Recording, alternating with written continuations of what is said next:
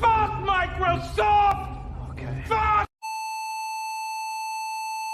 Pay insufficient attention to the frightening scenario of a comprehensive cyber attack, which would bring to a complete halt to the power supply, transportation, hospital services, our society as a whole. The COVID-19 crisis would be seen in this respect as a small disturbance in comparison to a major cyber attack.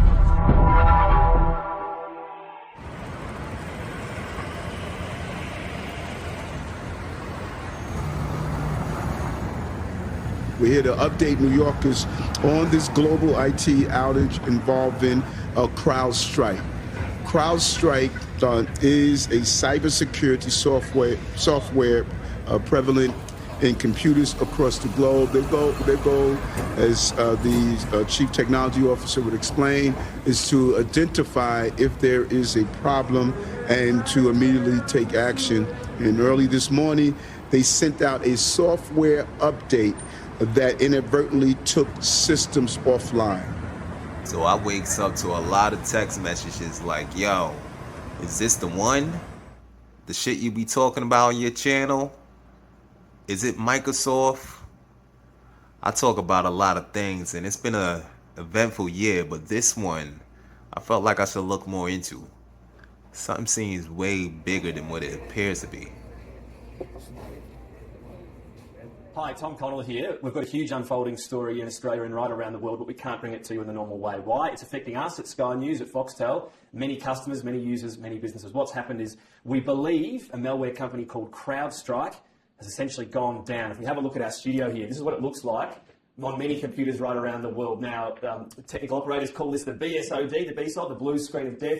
People are loading, systems are crashing, they're loading again and again and again. It's on a loop. So many companies are unable to work right now, including Sky News. Now, it's affecting users in Australia. We're talking major banks, telcos, media companies. Sky News, obviously. ABC Radio was completely down last time we saw it as well. But it's right around the world. This is an international company. We can see here what it's doing as well to our screens.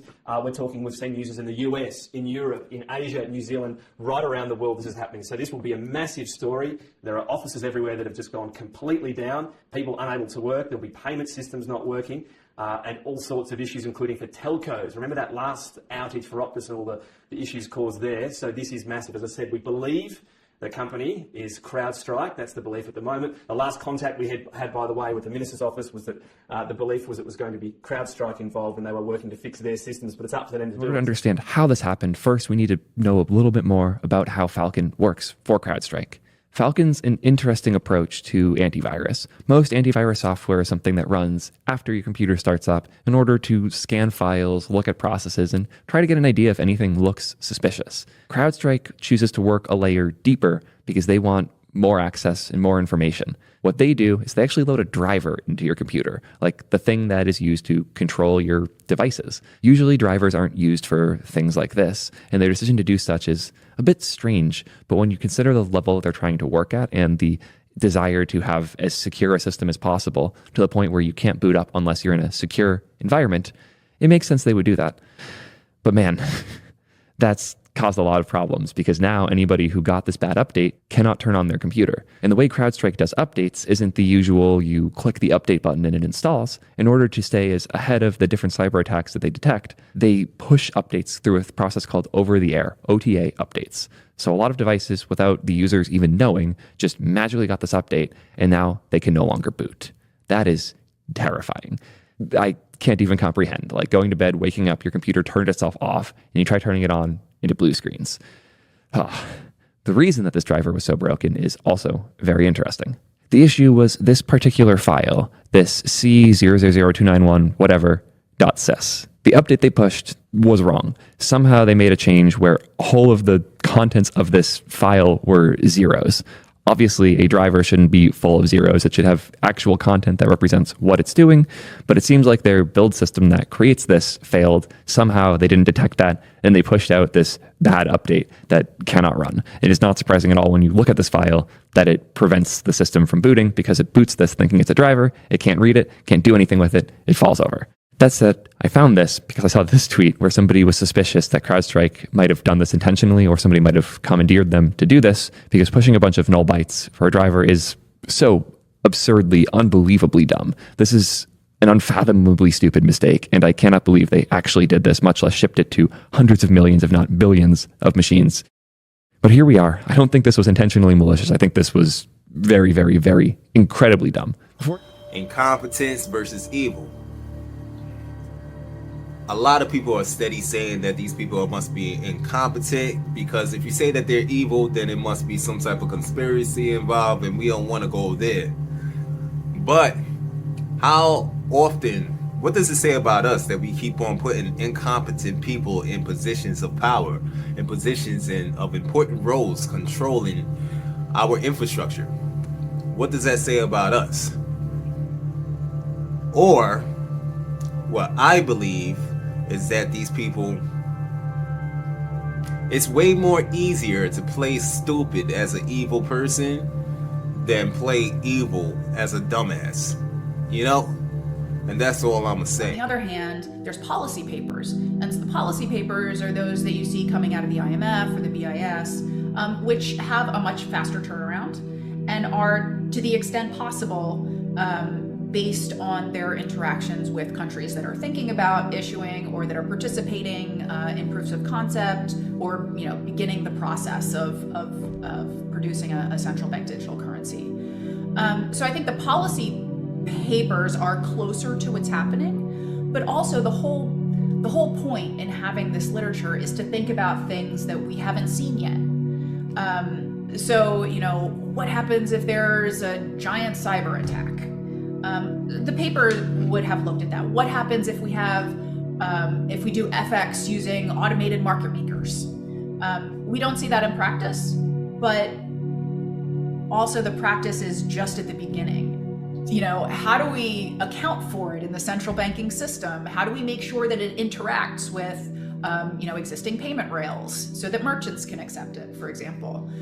So the problems that are being dealt with when you're on the ground issuing a central bank digital currency are slightly different than what the policy papers or the academic papers are looking at. In our fast-moving, hyper-connected world, the way we use money to make payments and do business is changing.